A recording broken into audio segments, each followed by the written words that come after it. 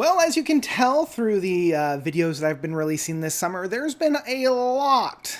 There's been a lot of metal that's been coming out of the scene in 2023. Some of it good, some of it bad, but most of it is just kind of there. That can't be said about the album that I'm going to be talking about today, so let's dive into it.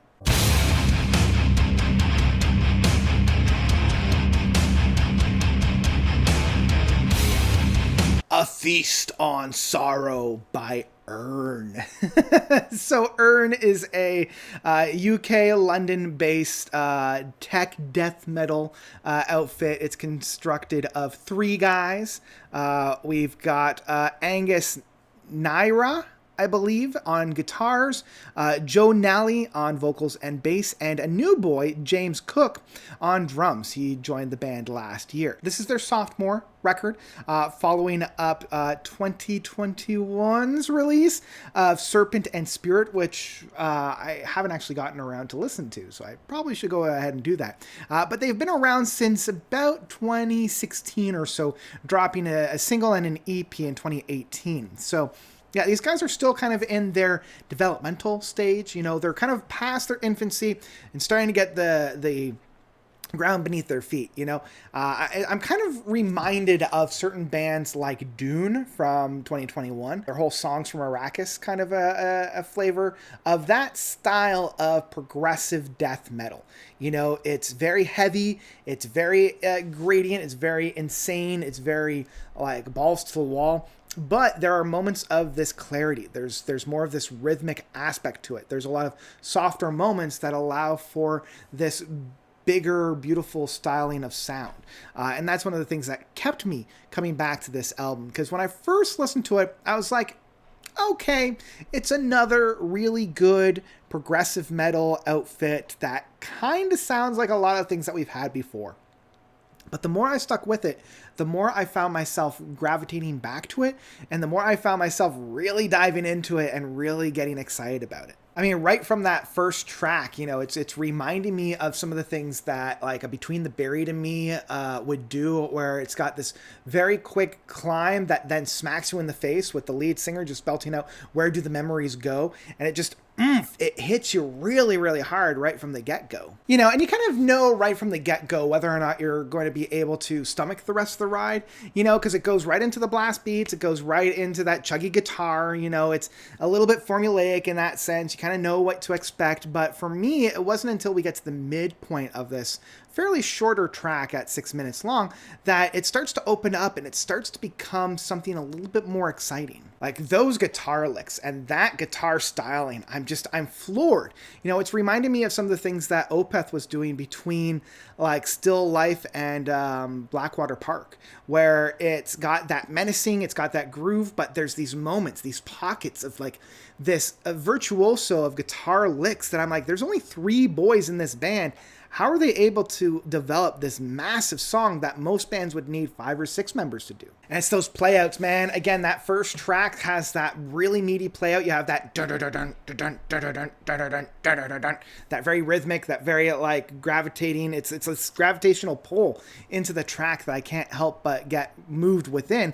And then we get to the second track of To Die Twice that I'm like, oh wow, this wasn't just like a one-hit beginner track luck that we have on here. The rest of this album might be able to stand on its own. And again, it's grating, it's menacing, it's got that really deep and guttural like aspect to it. It's not quite as fast or bombastic as the first track, but it's just as menacing, it's just as meaty as the first one. But man, when we get into that third track, one of the longest track, A Stumble of Words, that I'm like, this is why I love progressive metal music. Like there are a number of moments on here that remind me of a Dream Theater's Scenes from a Memory, you know, like the 1920 overture, I believe it was, something along those, like 1921 overture, where it's got that and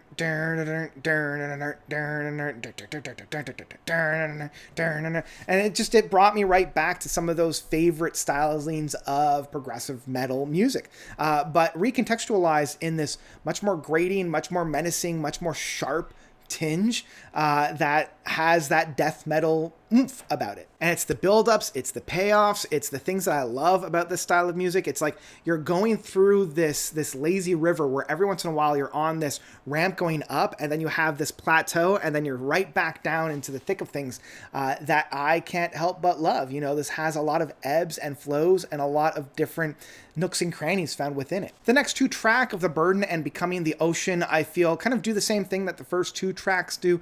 Again, they're keeping the momentum going, they're keeping the interest rate for me in. They've got a lot of ebbs and flows, those payoffs, those meaty oomphs that are found within it and sprinkled throughout it without being too grating on the listener. You know, like there's enough of the intensity to keep my metalhead side of myself satisfied, but it doesn't go overboard at any time. Like there's a lot of pockets on here that allow for little touchstones for me to have a quick breather. And that is definitely found on the title track of A Feast on Sorrows, which starts off with this really hauntingly beautiful piano work that then once again blow down the doors, and we've got that million miles per hour guitar licks that I'm just like, woof, oh boy. And then we come into the final track. I mean, Peace is a little bit of the interlude track at the 7th track there. And it's just over a minute of allowing everybody to kind of catch their breath, kind of get into their own, until we get to The Long Goodbye, Where Do the Memories Go? This is the reason why I keep coming back to this one. Like, all that kind of laid the groundwork and it paved the way to this final track where it's got this massive build. You know, for the first half of the track, it's very, you know, similar to a lot of things that we've had before, and I'm very comfortable and very reminded of where we're coming from. But once we get to that mid part and the song slows down and practically stops, that we have that gradual build and such a satisfying crescendo and plateau that it reminds me of the Gargantuan from Hushed and Grim from Mastodon a couple of years ago. I think it was last year, maybe the year before. That just floored me. I cannot help but love just how meaty and how rewarding this track is at the end piece there. I love how, you just want to headbang your way through it. It's just so rewarding in that sense. And yeah, it comes after quite a bit of music. You know, we're at the 50-minute mark here, and it just feels like such a cathartic release. So yeah, A Feast on Sorrows really surprised me in this progressive tech death metal landscape where I feel as if they're saturated, and it's, you spit and you hit about 3 bands that are producing music that is very similar to this. But I feel as if URNE is doing something very, very special. Very similar to, as I mentioned at the beginning of this review, very similar to what Dune was doing about 2 years ago. I wish that more bands would embrace this style of progressive death metal rather than just, being another Opeth clone band or another Between the Buried and Me clone band. You know, at least with URNE, even though I feel like URNE and Dune are very, very similar to one another, they're still able to carve out something completely unique and something original from these boys. So yeah, I highly recommend this, and my final rating for this album is A Feast on Sorrows from URNE is one that I will absolutely pick up in physical format. This is definitely one to have in your collection, especially if you're a progressive death metal fan. If you're looking for that next big sound and you're a lover of Opeth or Between the Buried and Me or any of those big, power prog, power death metal, you're going to be really satisfied with this one. I highly recommend that you check it out. It gets the note seal of approval for sure. So yeah, that's what I've got for A Feast on Sorrow from URNE. What did you guys think about this record? Did you love it? Did you hate it? Whatever you thought, please let me know by commenting down below. Because that's all I got for you guys today. That's all I got. So thank you all so much for watching. As always, you guys are definitely the best. And until next time, notes out.